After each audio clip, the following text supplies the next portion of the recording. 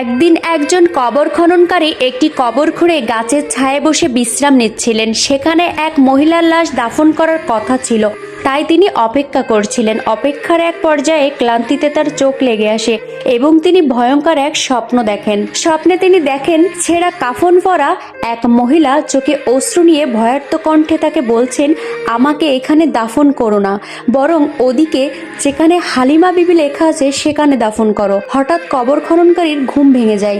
তিনি বুঝতে পারছিলেন না এটি একটি সাধারণ স্বপ্ন নাকি কোনো অলৌকিক বার্তা। তবে তিনি মহিলার কথা মতো তাকে সেই নির্দিষ্ট স্থানে দাফন করেন।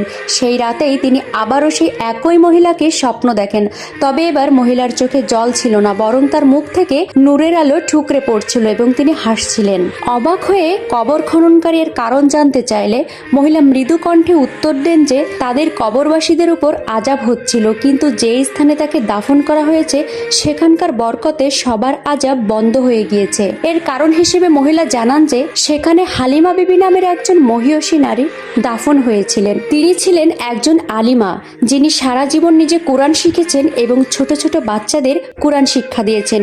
তার এই পূর্ণকর্মের বরকতেই সেই স্থানে সকল কবরবাসীর আযাব মাফ করে দেয়া হয়েছে। আমিন।